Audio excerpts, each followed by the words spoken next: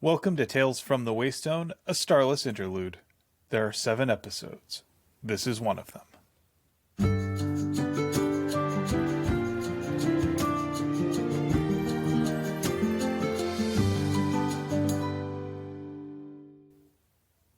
Will McCullough is sleeping soundly in his bed, curled up under a soft, fluffy blanket, with Phoenix snoring softly beside him. I don't snore. Who's telling the story here? Go ahead. Suddenly, a 20-pound weight crashes into his chest, and he awakens to 2 yellow lantern eyes staring at him from out of the void. He landed on your chest? Usually he lands other places. Will you knock it off with the commentary? Why would I do that? I'm trying to read a narrative here. Meow, says Sokka, demanding his morning affection. Okay, says Will softly, giving Sokka his requisite scritchies between his ears, under his chin, and on his cheeks. Sokka purrs appreciatively, a deep soothing rumble that only comes from a cat that knows they are loved. Aw, who's the best boy, says Phoenix, rolling over to offer her own pets. Meanwhile, Leela sits on the headboard, glaring balefully at her brother, as if to say, obviously not him. Now I may speak? Yes. Yeah, except, to be honest, she was probably on my hip. I took some dramatic liberties. She likes to lay on my hip in the morning so that I cannot roll over, so that I cannot be comfortable. And that so that you cannot give affection to her brother. I know how she do. We all know how she do. Anyhoozle, let us get on with our second to last episode of the Starless Interlude. But first, a few disclaimers. First of all, we are in no way affiliated with Erin Morgenstern or her publisher, Anchor Books. And finally, as always, please be kind to yourself, to us, and to the authors responsible for the books you love. So with that out of the way, let's go ahead and dive into the Starless Sea. This week we're covering pages 406 through 488. Of the U.S. paperback edition. So things kick off with Dorian drying off and washing off and then drying off again on the deck of Eleanor's ship. He's covered in honey initially. I don't know that drying off is an improvement. The whole affair sounds really uncomfortable, to be fair. So here we also learn a little bit about how things work in the Starless Sea. It seems like it's almost a living entity that responds to the stories that people tell about themselves, about the world around them, which is how Eleanor has this ship. She's essentially willed it into being. I think that's also how she explains why Dorian has the star coat. That's why he has the star coat. It's also why he has the sword tattoo. And it's also why there is fresh water on the ship that he can use to wash himself off. And also how a bucket of fresh water gets that much honey off of him. Yeah, there's some of that. So they pull into one of the older harbors, and here they set Allegra off for a burial at sea and light her on fire. Right. The only instance of burial at sea that is coming to mind right now is from Game of Thrones, and that was botched, and yeah. It does kind of have a Viking funeral vibe to it. Yeah, also, people give Edmure a hard time for the fact that he couldn't hit the body with the flaming arrow. But I mean, unless you're trained in archery, I'm not sure that you could reliably do that. I think people gave Edmure a hard time because he's supposed to be this leader of men, or at least he fashions himself as one, as a military leader. And as we see in that series, he is woefully incompetent in most everything. Right. I'm not saying he doesn't deserve to be treated like a tool, because he is a tool. I'm saying that that particular instance is maybe not the thing to focus on. I think it's mostly just meant to be an illustrative character beat. Eh. The fact that he is bad at something that he has actually had training at should tell us that he's not the right person. For like anything. Pretty much. So moving on. It's interesting seeing Dorian here confronting his complex feelings about Allegra. This is someone who, up until about a year ago, he's trusted implicitly, and now has much more conflicted feelings about. He's seen the dark side of her and how easy it is for him to get into that dark side. Yeah. I'd say that this is also something that you can attribute to abuse victims. You might not realize in the moment until you have some separation just how bad something is.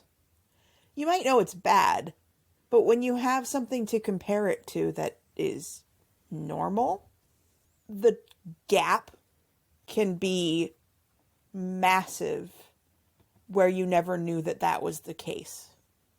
So moving on, we get to Zachary. We check in with him, and he finds himself, after getting whisked away by the owls and separated from Mirabelle, in a pitch black cavern and ruins of statues all over the place. There is something about being in an unfamiliar place with no light that can change someone who is normally okay with their situation into someone who is unable to cope. Back when I was in 5th grade, one of the landmark field trips for our school district, and I think a lot of the ones around the Puget Sound, was to go to Fort Casey. Yep, we did that too. Yeah.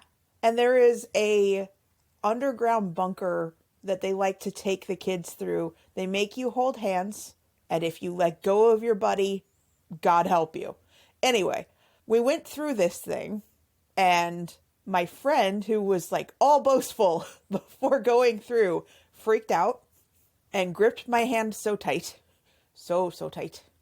And then we had ghost stories in another bunker with no light, and she had to be escorted out, which meant I had to be escorted with her because she could not possibly go on her own with a counselor. She had to have one of her friends, so it was me. I'm sorry. I didn't get to have the ghost stories. Do I know this person? No, you do not. Oh, okay.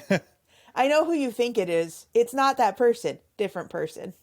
No, she was fine. She got to stay. Lucky. I know.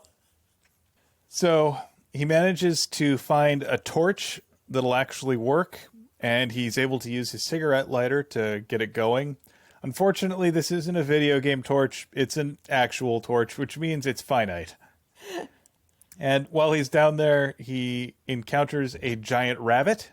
I think I can hear a giant rabbit, or maybe just a 20-pound cat, right outside our door.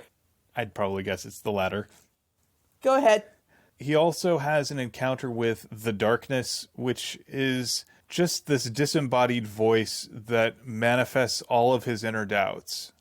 Not terrifying in the least. Not at all. It's telling him that he's making all of this up, that this adventure isn't real, that he doesn't matter at all, that his agency doesn't matter, that he's a nothing. It feels a lot like the concept of an anxiety monster or a mental illness monster that sits on your shoulder and just tells you all these lies. That's kind of how I envision my anxiety disorder, is this little all lying, all malicious little thing that really ought not to be as impactful to me as it is, because it's small and I should be able to squish it, but it's convincing me, or doing its best to convince me, that these issues that I have that might be tiny are actually terrible and catastrophic, that I won't get through it, that waiting for some bit of news is something to be feared, and it just whispers that maybe the thing I expect to happen isn't going to happen, and therefore the end result of everything is going to be terrible. I think this little voice here specifically sounds a lot like depression, because the lies that it is telling Zachary are things specifically saying that he doesn't matter, that he doesn't have friends, that nobody cares about him, that nobody will miss him, nobody is looking for him, that his existence amounts to a hill of beans, and maybe not even that. That he should just give up right now. He should just curl up and wait to pass. And that's a very dangerous place to be. Fortunately, he gets rescued by someone with a delightful Britannic accent. Unclear whether it is English, Welsh, or Scottish. Or South African or Australian or New Zealand. Could be one of those, yes. Zachary isn't very good at telling the difference between all of those. Well, granted, there are 20 in the British Isles alone or more? I mean, yeah, considering that the British Isles cover a landmass that is smaller than the state of Oregon, that's a lot of accents. But he fortunately gets someone who is able to take hold of him and help guide him to safety, both physically and mentally, because he's repeating, that voice is lying. Don't listen to it. You matter. And offering that physical reassurance that he's not imagining things, that his own experience is real and valid. It's harder right now because we can't all be gathered in the same space. But that person can be so important. Whether it is from someone whom you know personally or from a stranger just reaching out in that moment of isolation, you can really see just how much that means to Zachary. When the stranger brings Zachary into his refuge, which appears to be some abandoned temple, Zachary recognizes his rescuer as none other than Simon. Maybe not young 18-year-old Simon of the book, but nonetheless, Simon. There is a man lost in time. Find man.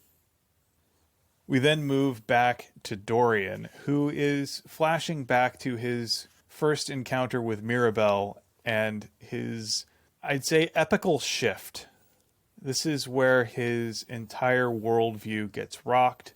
His entire way of thinking about everything changes. He's been tasked with assassinating her. And Mirabelle, being, well, the literal personification of fate, doesn't perish easy. Not at all. And in fact, doesn't perish. This rocks Dorian to his core. We can see that he's already having some second thoughts even before he makes his attempt. And Mirabelle is able to confront him with just what he is doing and is able to give those doubts life and help him find a way out. We also get, back in present day, Dorian arriving in this cherry blossom forest. So Eleanor drops Dorian off on the shore of the sea. And as they part, they talk about Mirabelle. Because Dorian, before he leaves, gets it into his head that he really needs to say, I know your daughter. And Eleanor's like, you know Mirabelle, she's not my daughter. Only because she's not a person. She's something else dressed up like a person, the way that the keeper is. You know that, don't you? Sometimes when you get the confirmation of something that has been in your head, rattling around as kind of wrong, and you go, oh, of course I knew that. That's what happens to Dorian at that point. And it suddenly explains why his assassination attempt failed. Yes. So as he is exploring this forest of cherry blossoms, he encounters the Owl King. Now, the Owl King here doesn't seem as malevolent as maybe we've been led to believe him to be. He seems almost resigned. I think part of that is that whole having the eyes of fate thing, where he essentially believes that everything that happens is predestined. It's foretold. He has effectively given up his agency. At the same time, he acts as sort of a guide here, guiding Dorian to the inn. Next, we move back to Zachary and Simon. And on the floor of the temple, Zachary finds the next paper star, which reads, "The door in the moon. The son of the fortune teller stands before 6 doorways." And he also gets an owl friend. A little budgie owl. What's interesting here is over this course of this reading, I shifted how I viewed the owls. The owls here are presented more as forces that move the story forward as opposed to malevolent antagonists. They are the things that bring change that cause the story to progress. If you think about really any story that goes on, it isn't just the same thing happens every day. There is some force that arrives that disrupts the day-to-day life, that forces the characters to confront something, that forces the characters to examine their conflicts, that forces the characters to move forward with their lives. And then. Exactly. And that's what the owls do. They're catalysts, not necessarily negative, not necessarily positive either, but they're there to push the narrative forward. They're almost a metaphor for time. A little bit. A little bit. One of the things that I loved about this exchange here is as Simon is recovering his sense of self thanks to getting to read the Ballad of Eleanor and Simon. I'm going to call it that. I may have edited out exactly why, but just know that we don't always have to go with the man first. Exactly. There's this bit where Simon talks to Zachary about the importance of making choices, of going with the story, finding out what happens, and taking actions. And also offering sort of a defense of free will, which is very tricky in a story where time and fate are in love with one another. Everything that happens occurs because of choice, ultimately. I love the bit where, Zachary is thinking of fortunes and fables, and he's thinking about the way that, astrology tells us that our fates are governed by the stars. And then Simon reframes that and says that we're the stars. The stars control our fates, and that's us. Our choices are what make things happen. And the choices of other people influence our choices. We have a say in what happens next. And it reframes that story about the stars tasking the owls with what to do about fate and time. And it ends up reading like just the worst book club ever, who hate the one true couple. Oh no. Anyway, that was my take on that. I think that's a good way to look at it. So, back to Dorian. He arrives at the inn, and sure enough, he is welcomed by the innkeeper, who we earlier met in Fortunes and Fables. And I love this description of, if I were to imagine this warm, welcoming place as a person personified, it would be that guy. Naturally, he's given instant welcome, conversation, warmth, and refuge from the elements. Unfortunately, the innkeeper's wife is not present. And I love how Dorian says, "Oh, the moon's not here?" And then the innkeeper replies, "No, the moon's just a rock in the sky. My wife isn't here." And he gives Dorian a gift, which is a box. An elaborate box carved out of bone. And I think this is the one that the story sculptor, a.k.a. Erin Morgenstern, as the author insert character, crafted to house the Heart of Fate, which is to say the heart of Mirabelle. Which also goes to explain why, when Dorian punches her chest through with a needle, that nothing happened. I love the question, do you have a mouse? And it really fits, because it was the mouse who saved the Heart of Fate from the owls. And it was that mouse-like man who commissioned the story sculptor for the box. We also discover that the innkeeper's wife, a.k.a. the moon, a.k.a. the rock in space, has periodically been getting gifts for her husband on her travels around the world, and has lately taken to just giving him mice. Cute little mouse sculptures, and there's one with a sword on a hexagonal base that fits perfectly into the story box. The sword probably representing Either the sword on Dorian's chest or the sword that Zachary holds. I have a feeling those two swords look an awful lot alike. It's very possible.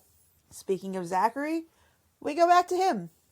This little bit here kind of feels like Zachary has arrived at a save point. There's this great big roaring campfire, seemingly tended by no one, but it's in perfect condition. So you're getting Souls vibes. Little bit. Gotcha. And there's a tent, but not just any tent. It's a pretty big tent that he can actually walk through without hitting his head on the ceiling. And a little bit of inventory management here. There's an array of boons for him to pick from, but he's only got so much space in his pack.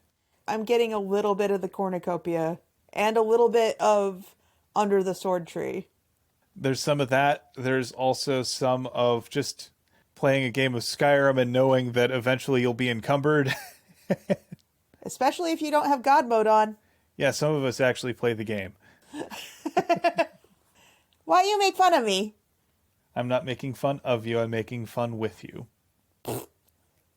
So he's forced to make some choices about what he wants to keep. He discards the muffin, which is obviously squished at this point. Ew. I mean, it wasn't gross. It was just squished. Where was it being kept? In his bag, wrapped in a napkin. Yeah, it was probably ew.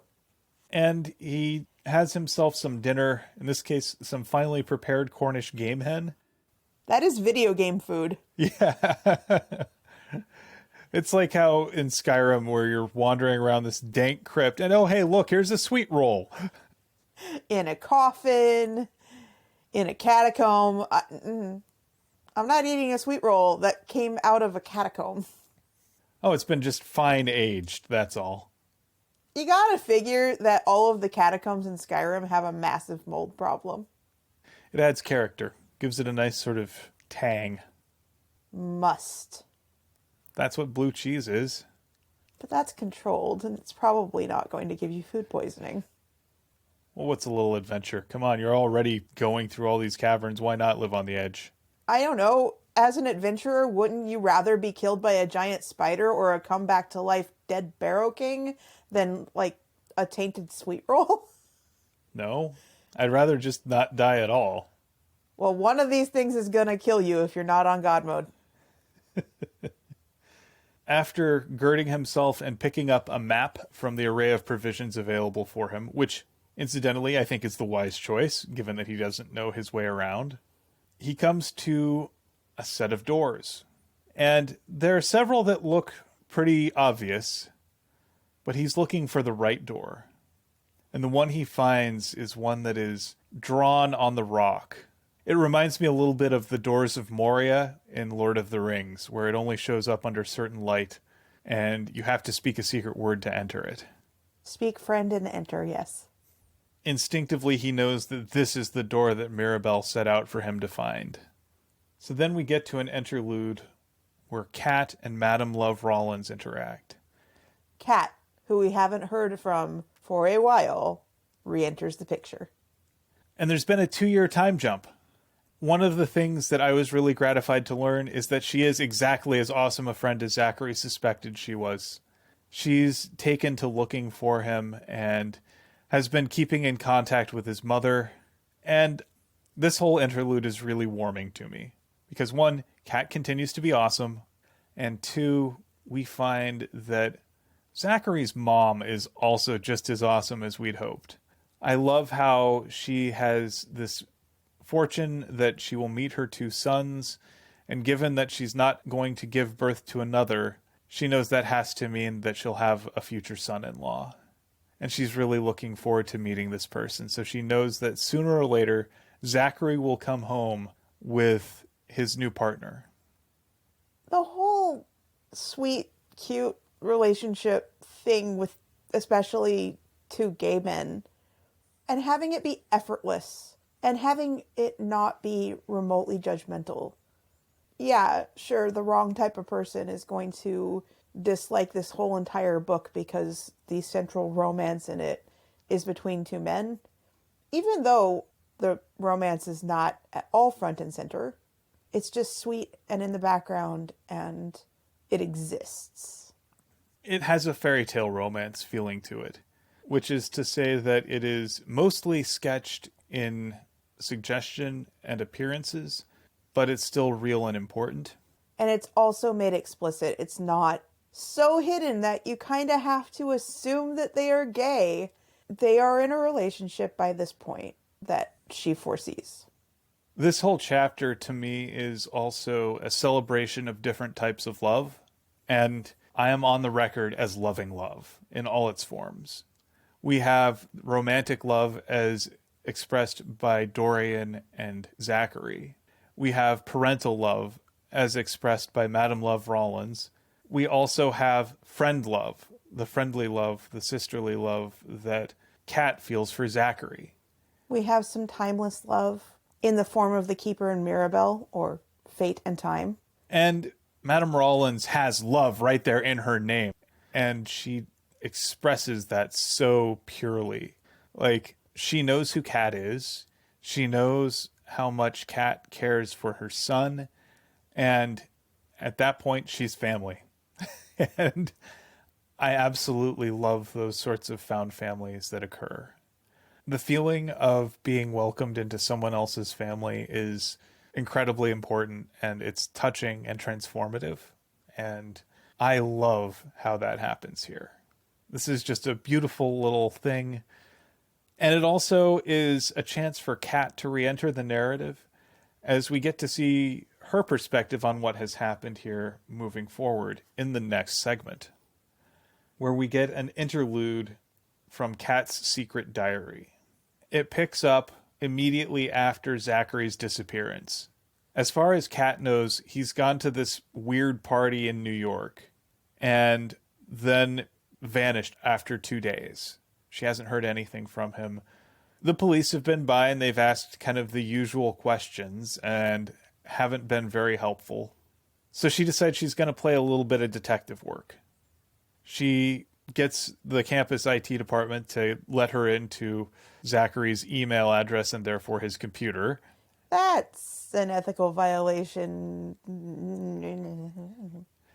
She definitely bends some rules here, and it's strange. The entire account seems to be completely scrubbed. Like, every aspect of Zachary seems to have been erased from his computer. His email is pretty much blank, and instead of having his custom Blade Runner background on his wallpaper, it's just the generic digital naturescape. I guarantee you that if I were to try to log back into my DigiPen email, mind you, I have been out of that school longer than I was in the school. It's coming up on 6 years, holy buckets. But I guarantee you I'm still getting things from random groups that I am technically still part of, and that the newest email is probably within the last month. Well, and she's not even able to find mails that she knows that she sent to Zachary. That's creepy. Also, by looking at her own email, she can't find them. So something's clearly up. She goes to the Algonquin to try and trace Zachary's steps through New York. She investigates a mysterious club that burned down, figuring that the timing was suspicious, and finds herself at the Collectors Club. And then she spends some time in the Strand hoping that he'll just pop out somehow, which is actually probably a better strategy than she imagines. The Strand being the bookstore. Yes. So then we shift back to Zachary. He's gone through this door and finds himself back home in upstate New York at his mom's house. Except it's kind of a sideways parallel version of his mom's house. On the porch, he finds that it's a Christmas party going on and there's Dorian in an ugly reindeer sweater. This feels so comforting and comfortable and off. It's designed to be seductive. It's designed to get you to lose yourself in what you think you want in this illusion of normalcy. At first, he's thrilled. He's encountering the love of his life again. They found each other. And then it becomes apparent that this is not right. Because Dorian doubts Zachary's accounts of what Zachary knows has happened to him. And it's almost like entering into a cardboard cutout, a diorama, rather than real. It feels like how people fantasize about what a relationship is actually going to be like with someone, not the reality. It's sort of that sitcom version of reality as opposed to actual reality. And also in that sitcom version of, what are you talking about? This is all a dream, right? Yeah. Oh, did you just have another one of your episodes? Trying to discount the reality by making a better one. And Zachary runs from this, and he sees in the distance a stag in the woods. Knowing that this is a bit of iconography that is oftentimes tied with actual Dorian, he follows. So then we get back to Kat's investigations.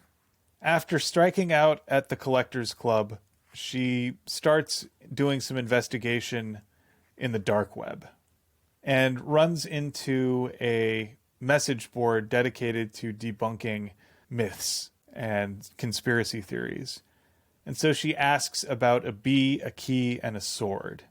Pretty quickly, people respond, don't dig into this. You don't want any of this. But she gets one intriguing reply which says, crown, heart, feather. The Owl King is coming. So then we come back to Zachary, who has just left the dream Dorian, following a stag into the woods. And he asks the moon for the actual Dorian to bring him something, to give him a sign. And of course the moon doesn't say anything because the moon is just a rock in space. But he gets a gift. And in this case, it is sort of almost an astral visitation from actual Dorian, wearing his star-buttoned coat, and they have a reunion. And this is this bit of triangulation and that reminder that even though they aren't physically together, they're not alone, that they still have each other, that they still matter, and that they can find each other. Their problems are still real, but they're solvable.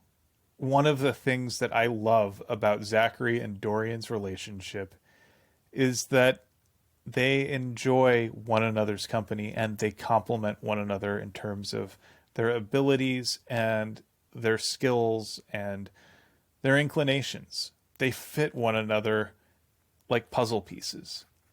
It's really important to see that they work as companions. They're equals without being identical.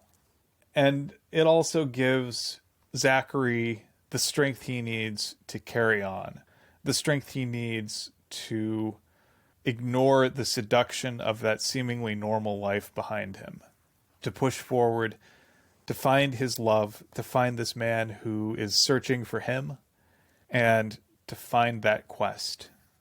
So one thing to note is that at one point, Zachary has the opportunity to read what his future will hold, and he chooses not to.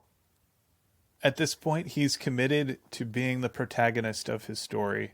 That means he's going to do what he thinks is best. He wants to keep his agency. He doesn't want to be the Owl King, all-seeing but completely impotent to change anything. Dorian wakes in an unfamiliar room. Looks like, yep, he's back at the inn, and he knows it's time for him to leave. He gathers his things, and he gathers the sword that Zachary has given him in their little astral visitation. And before he can leave, the moon returns, a.k.a. the innkeeper's wife. And she's just as awesome as we thought she would be. She gives Dorian her blessing, as well as a boon of her own, and sends him on his way with a reminder to ignore the seductions of this place that'll tell you these things that you want to be true, those things that you fear to be true. Look for the things that you know to be true. I love this. It's just such a great way to kick them into the final push of this story. So with that, I think we're at the point where we talk about our favorite characters. Who'd you pick? I have a lot. I love the moon. I love her little send-off. I love the innkeeper, and I love his pragmatism. The moon is just a rock out in space. But I chose Eleanor. I am a sucker for the bunny pirate. I just am. I think that that's charming. I think it's wonderful. I think it's great that she has made herself into that person. I love that she is on a voyage to find her lost love. I love that she has put forth the effort to map out this place such as she can, and the descriptions of her maps. She's caring without being saccharine or overly invested in something that doesn't truly matter to her. But she's kind and empathetic. And I kind of love the idea that she can will things into existence, and she has used that power for good. I also loved how she started her adventure looking for Simon, but has also recognized that she may never find him, and that the exploration has become its own thing, and that she exists separate from him. Yes, existing separate from the person that you are inextricably tied to is still important. We are we, but we are also you and I individually. We each have our own likes and dislikes and our own path to travel. They're parallel right now, but that doesn't mean that they are the same path. And she has that sense that she exists apart from Simon, and he exists apart from her. They both matter as people, not just as an aggregate. So that was what I liked about her as well. Who is your person? I picked Kat. I figured. I like that here we get to see the flip side of her relationship with Zachary, which we've only seen through a couple chapters at the beginning. And we get the sense through Zachary's eyes that she's smart and capable and creative. And she's also kind and empathetic towards him. But I think they're both aware that they are friends of circumstance. They're friends because they spend a lot of time together by default, not necessarily through choice. There is a thing called the mere exposure effect, where the more that you are exposed to something, the more favorably you look at them. Yep. It's why you get sometimes thrown together through the vagaries of the housing lottery, and you end up finding someone who ends up being your best friend, and you never would have known them otherwise. It's a real thing. And it's not an instant thing, but we also see that they hadn't quite moved beyond that friend of circumstance level. But we also discover that Kat wanted to be actual friends. She felt robbed that he was taken from her. And so she holds out hope that he's still alive and follows his trail and talks with his mom. All of this leads me to really just instantly bond with her. Like, she is the kind of friend everybody should want to have. As Zachary says at the beginning, it's good to have a cat. It is good to have a cat. And Zachary is really lucky to have her in his life. And I'm really looking forward to their reunion. Okie dokie. Artichoke. So we decided for our recommendations this week to pick cooperative games. What did you pick? I picked Untitled Geese Game, which is the co-op version of Untitled Goose Game. Because you can both go around being a complete Ashhole. to this little town and honking at everything in it. So it's a short experience. We haven't actually gotten all the way through it, but I don't think we've laughed that hard at a game in forever. It worked so well. Like, they did a really good job of making it so that there could be two geese in that game. So we have admittedly had experiences with other games that are ostensibly co-op where it tested our relationship. Yeah, you're thinking of Yoshi's Woolly World? I am thinking of Yoshi's Woolly World, yes. Yeah, that game I actively hated because I hated playing it with you. Because we have diametrically opposed play styles, and instead of it being just kind of a frustration, it actively hindered both of us, because as soon as one person went one way and the other person went the other, the person on the trailing edge of the screen just dies. And that is aggravating. Yeah, it is so terrible. Now, I understand Nintendo game, platformer, it's made so that little kids who want to play together or whose parents say, let your sister have a turn, whatever, as Will actively eye rolls completely off the edge of the bed. But it's made sloppily at best. It is not fun to play together. We've tried it with other people. We've had other people who are in rock steady friendships want to murder one another while being on co-op on that game. But that is not the same as like Untitled Geese Game. Untitled Geese Game, we can actually have a dialogue and say, hey, I want to go find this thing. We have a goal. This is our goal. Let's go be this, whatever. And let's also do our best to be obstructionists to the town folk.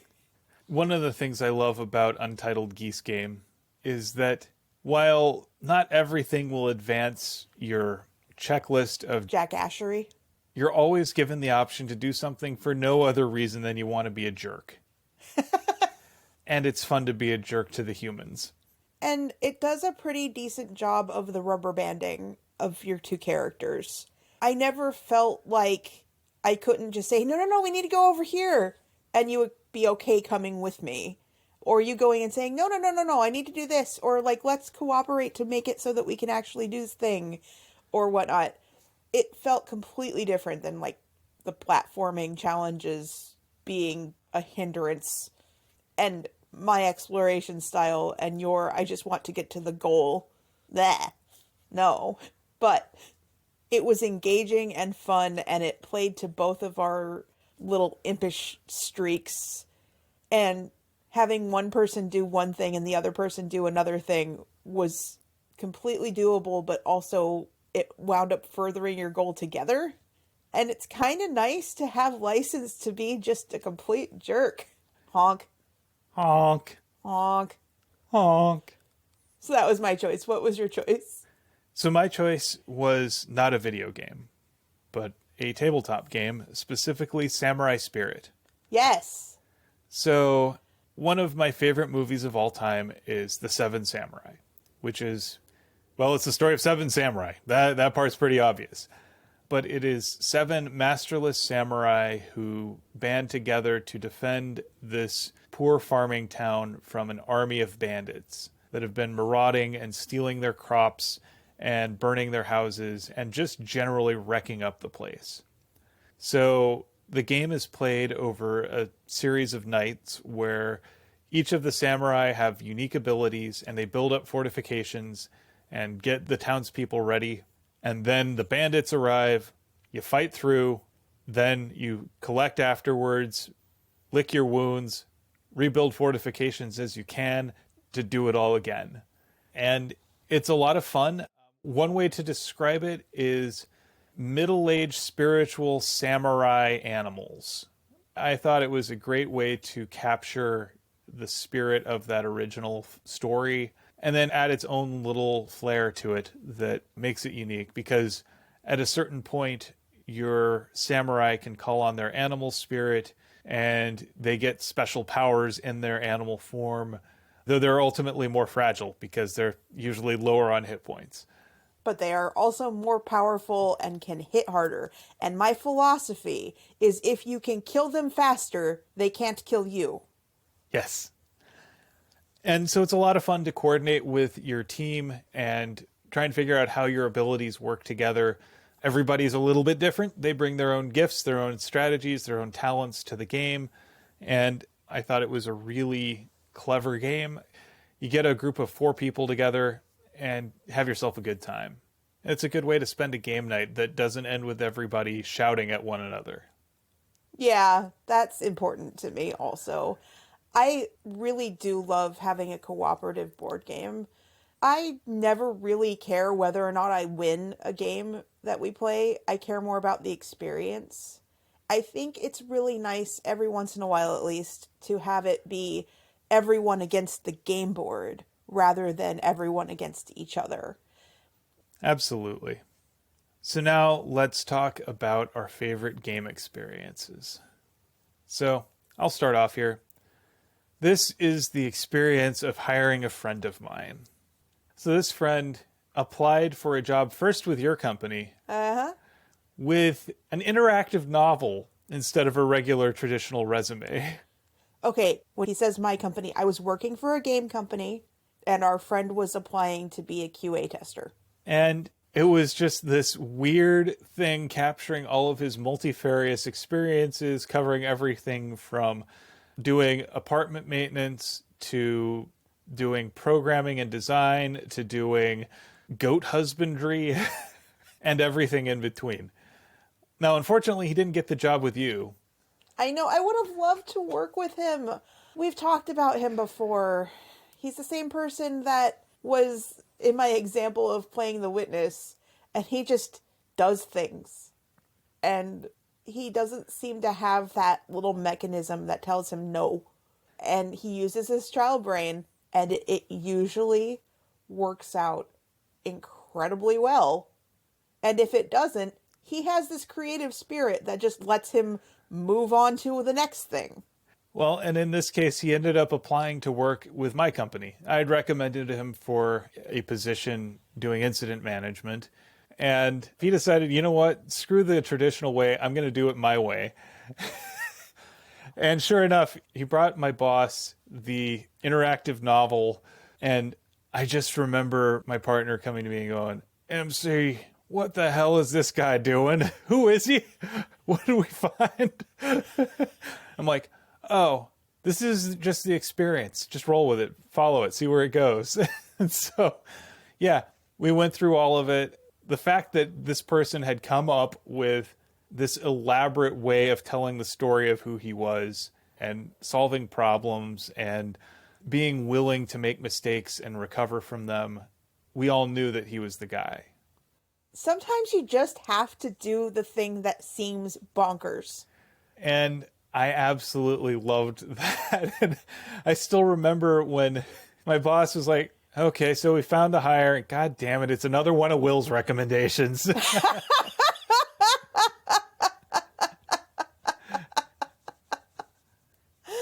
You basically built that team. I did, and I was really happy with the people we got.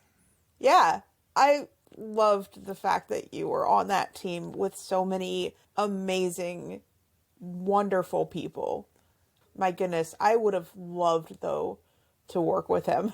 Not to say that the person that was actually hired for the QA position in our team was not someone I liked. I do like him.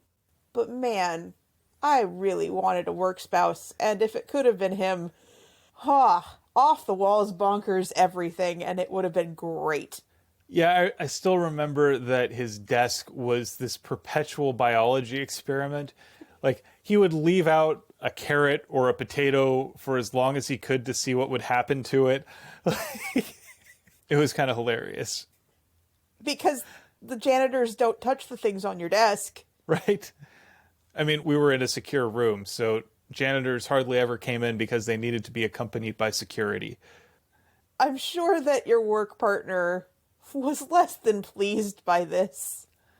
Although your work partner's car is pretty much a science experiment gone wrong. Yeah, that would be accurate. Less said about that, the better. Yeah. Anyway, I think that that's a great game experience because it turned somebody's resume into a game, into an interactive experience. And he really got to showcase him, which is great. Yeah, there was no question about who they had hired. They knew exactly who we got. And yeah, I was thrilled to have him with us. Yes. So, what's your game experience? All right. So this is going to sound negative, but it is not. One thing you have to remember about me is that I went to DigiPen to be a game designer. It's a 4-year college, very intensive. This is how you become a game designer. Not only that, but my kind of subset of game design is UX design, user experience design. The thing that matters the most to me is the experience and polishing the experience, making it feel good to play something. And let's face it, not every game feels good to play. This is more so when it is a game that is made by one person. This is even more so when it is their first game. I was recommended a game that had actually been on my games wish list on my Switch. For a couple of months, I'd been thinking about possibly picking it up because I like games that are about grief or some Shirt. I like walking simulators. I like things that have no combat. I like things that have a sad story that you have to experience through gameplay. It's cathartic. This one was not. And part of that problem, I'm not going to name the game. Actually, no. Should I? Yeah. Okay. So the game is called The First Tree. I can definitely see what the designer was going for. It felt a lot like a student game, as in it needed to be tuned a little more to feel the way that they had intended it to feel. I can even go back through a lot of the classes that I had and the lessons that my amazing game teachers taught me, including teachers that run a YouTube channel that's all about game design, including teachers that have worked for game studios like LucasArts, including game teachers that worked on tabletop games and digital experiences and a lot of things that you'd probably recognize from before they started working at DigiPen. The biggest problems included retraversal, which is something that I was disabused of in one of my classes. I made something, I poured my soul into it. I thought that this was really good, and I got back with a barely passing grade. And it was used as an example by the teacher in front of the class as to why you don't have collectibles that you have to go find and then go back to the beginning of the level to go and do the actual game. And it broke my heart. I realized that at the time I was taking way too many classes, and that one was intense. And that had taken a month of my time. And I could not see myself being able to devote the time and effort to getting a better passing grade for the next two projects.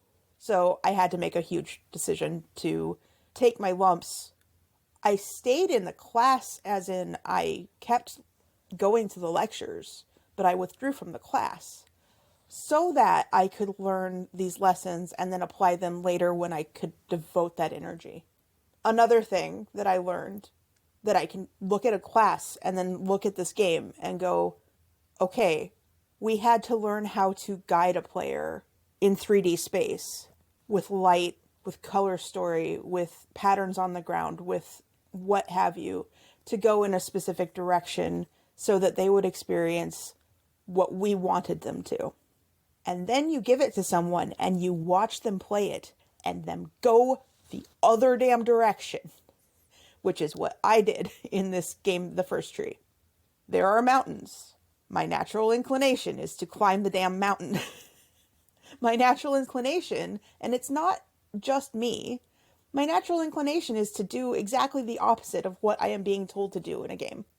And if doing that completely ruins the game, as in you have to follow the breadcrumbs the way that the designer wanted you to, or the story makes no sense, it needs to be reworked so that either A, you can't have that happen, or B, it doesn't matter if that happens. That it won't confuse the player and it won't upset the player. There have to be clear indications of where you're going to end a level. There weren't in this game. I accidentally found an exit that was unintended from a level. All of these things are little bits of polish that could have helped make everything better. But I'd say that the biggest thing was wanting the level to be smaller, wanting everything to be less sprawling. I know that there's kind of an impulse in an open world feel to want everything to be big. But that doesn't lead to a crafted experience. The other thing, if I choose a setting, like run versus walk, it should not revert back at the beginning of the next level. It should stay the thing I chose. This is meant to be a short experience. I have a cat that wants to eat everything that is non-edible in our kitchen, and he does it to get my attention. And I need to be able to stop a game in the middle of it and have a place where I can go back to it. Every one of these levels, if you stop it and had to quit out of it, had to go back and redo the whole thing. There are just a couple little things, and then I got to the end of the game and I found out who did the game testing, and every single person listed on the QA side of everything is related to the person who made the game. Again, there are just some tweaks. This isn't a bad game. It's not meant to shirt on the game designer. I had fun finding all of these things that I would improve upon. This is how my brain works. I can see the possibilities. I have purposefully bought things that I knew were not going to be good, but I wanted them and I enjoyed them anyway. That is how I work. But every single one of these people being related to the person who made the game means that they probably were afraid or unwilling to tell this person who they knew had poured their heart and soul into making this thing that it wasn't as good as they wanted it to be. And I think that there's times where you have to open yourself up to people who are going to tell you that the thing that you made is terrible, especially in this particular industry. Again, the game isn't terrible. It was worth my $10 and it was worth my time. But that's because that was the type of experience that, while maybe it's not the one that I wanted, is still enjoyable for me. So you had some things to talk about on that, some of those fronts too. Yeah, I mean, the retraversal issue isn't unique to even just student games. Or indie games. You look at something like Star Wars Jedi Fallen Order, and while that game is great, I really love it, and the combat is perfect, and the puzzles are fun and interesting, there is a problem in that there's no fast travel, so you have to get to every place the hard way. And that means there's a lot of retraversal, and it can be as much of a challenge to get out of a temple ruin and back to your ship as there was getting there in the first place. Correct me if I'm wrong, but getting back out of some of these places, though, still had enemies to fight and things that were interesting to do. Yeah, usually, but it oftentimes meant that you had a lot more challenge than maybe necessarily you wanted. So you reach this narrative high point when you complete one of these sunken temples or what have you, unlocked a new force power, and then you have to go back and do the same sorts of puzzles and combat just to get out that don't necessarily take advantage of the new abilities that you've gained. Oh. So it ends up feeling kind of repetitive. And again, if it's always just the same stormtroopers and ice trolls or whatever, after a while that gets a little dull. Did they have, I didn't play all the way through it, but did they have any layout tricks the way that Skyrim kind of does, where you get to the end of the dungeon and then there's a fast exit? Sometimes, but not always. Sometimes you had to come back out the way you came in. Like, especially on some planets, you'd have to do some extensive traversing of open world areas to get to your temple, and then you had to spend the same amount of energy trying to get back. So not just within the temple itself, but just getting to it was oftentimes very time consuming. And with no fast travel or anything like that to help ease that, it just ended up being more extra work that didn't actually add anything to the experience. I can definitely see how that's frustrating. What I'm talking about in this case was that there was nothing. Once you got to that goal and then you're like, well, I got this thing. What do I do with it? Or I got to the end of this path.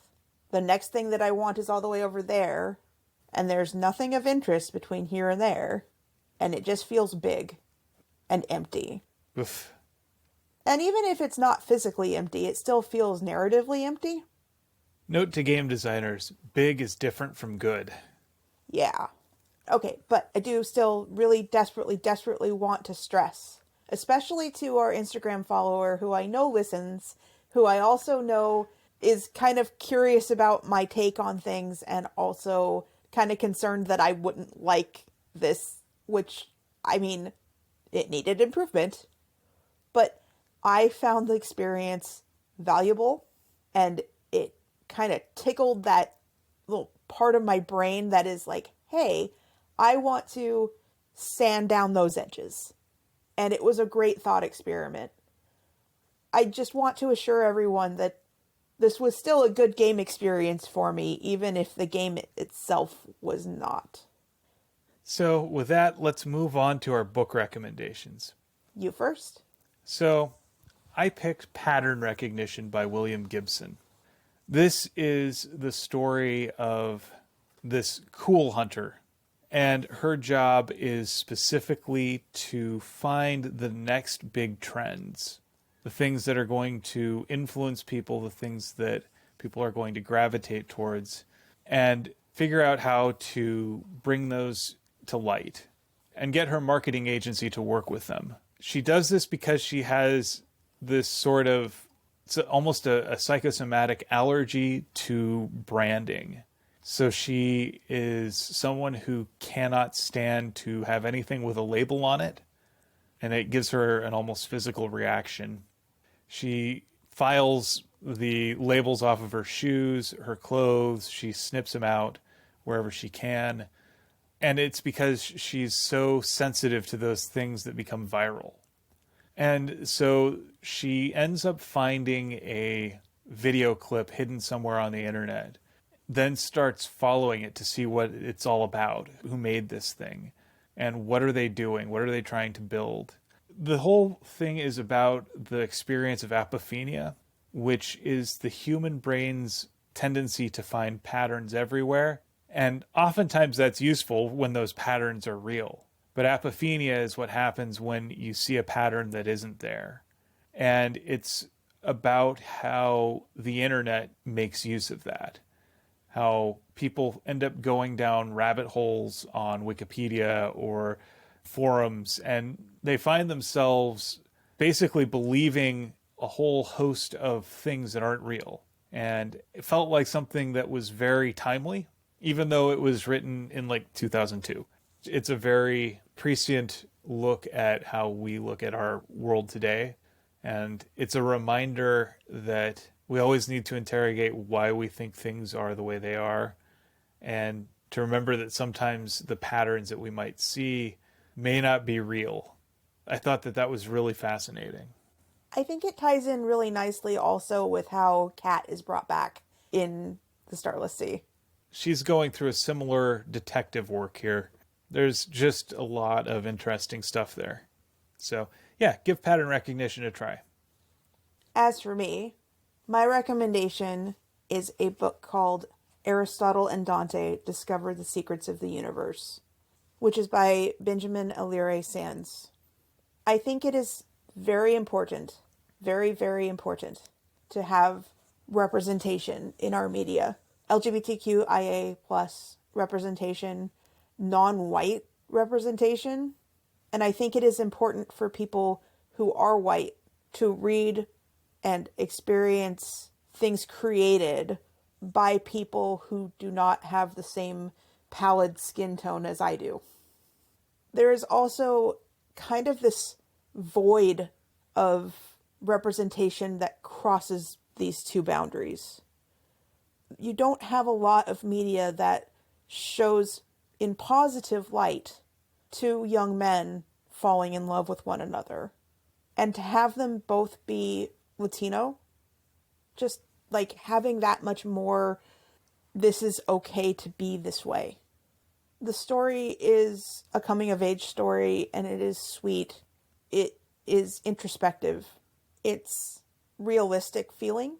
It isn't what I normally read. I listened to it on audiobook, so if you like Lin-Manuel Miranda's voice, he reads it. It's kind of awesome. The story, though, feels like it could be a real person. It's fiction. These could be real kids. They could really be going through this and trying to figure out how their sexuality meshes with their heritage, with their cultural family dynamic. And it feels timely and good and accurate, and it's also heartwarming. We've been watching a lot of Property Brothers, and I am not going to pretend that I am necessarily the proudest of this particular binge watch, but it's comfortable. It's the same format over and over and over again. But one of the ones that we watched recently was a gay couple who were engaged that were buying their first house together, and they didn't shy away from showing them being affectionate to one another. Sometimes you get stories about gay men or gay young men, and the whole focus is on sex. It's not about the relationship, because toxic masculinity still creeps into this. It still shows up as something that we need to still appear manly, or there's one manly dude and one not so manly dude, and I think that calling them effeminate is an insult to them and to women and to whatever. There is no woman in their relationship. They are two men. That is what they are. And to see them kiss on camera was nice, because it was sweet, and they were very clearly wanting to give the other person a win, and to show that you can have this romantic, tender feeling towards another person of the same gender, and we don't have to fetishize it, and we don't have to assume that ideals of masculinity should be pervasive and prevent you from having a want to be loving towards one another.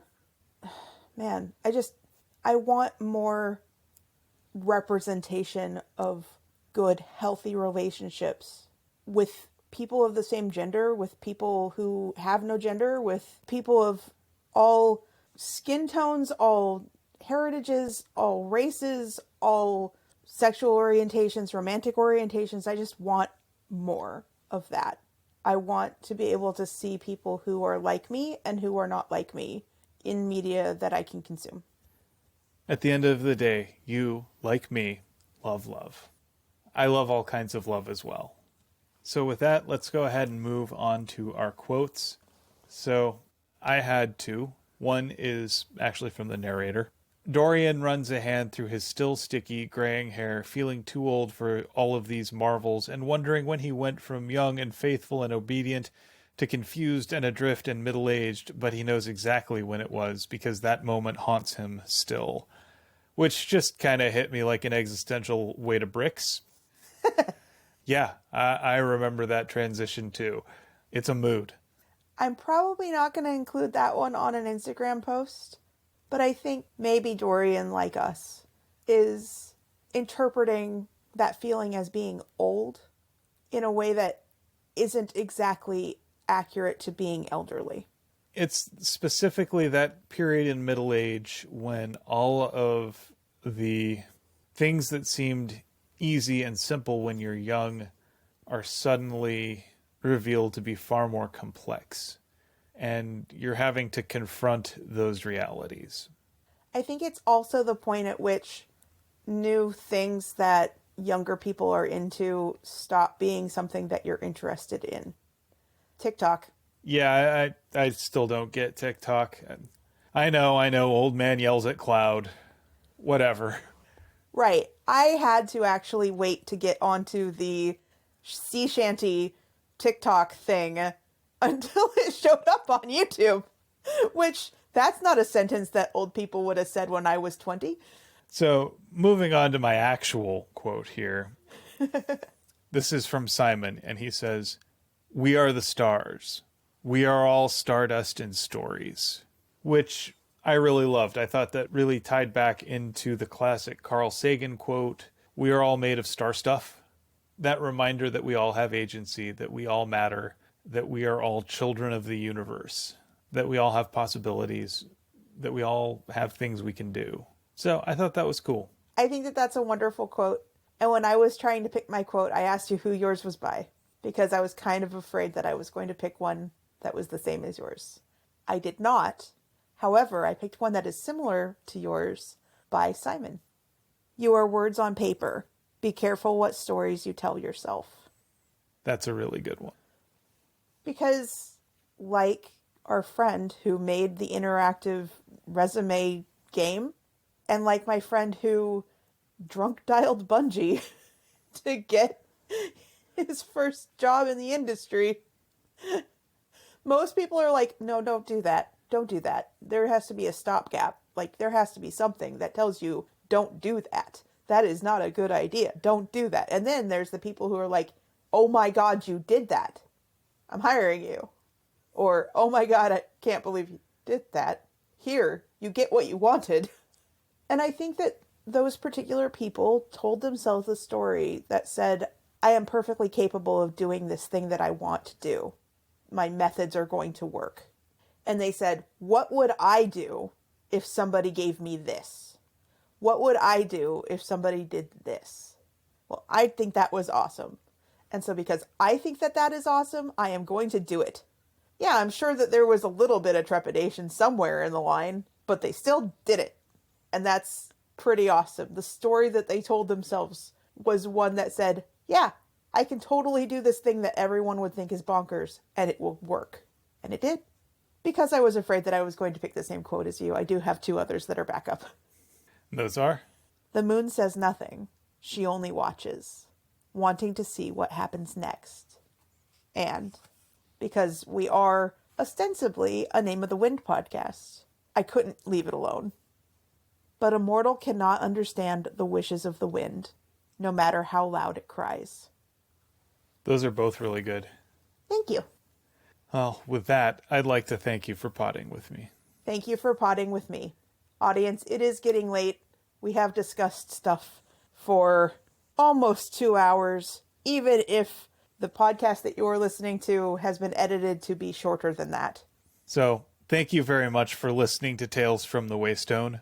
Join us next week on Tales from the Waystone, a Starless Interlude, where we will be covering pages 489 through 570 of the U.S. paperback edition of The Starless Sea.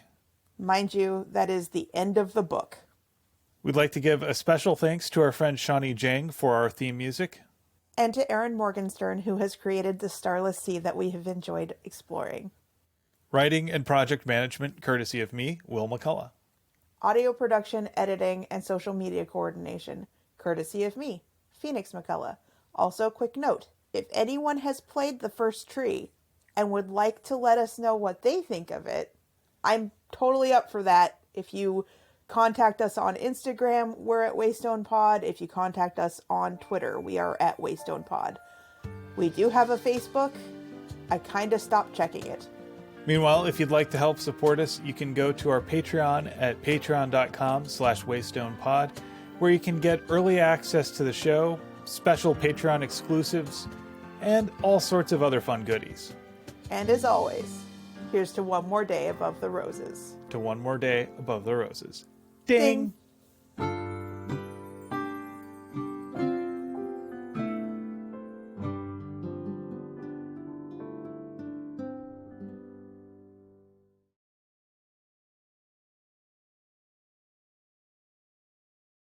I figured. Well, I mean, probably because you looked at my thing. I did not look at your thing, and this sounds wrong. I did not look at anything that you had. What thing? My document. I did not look at your document.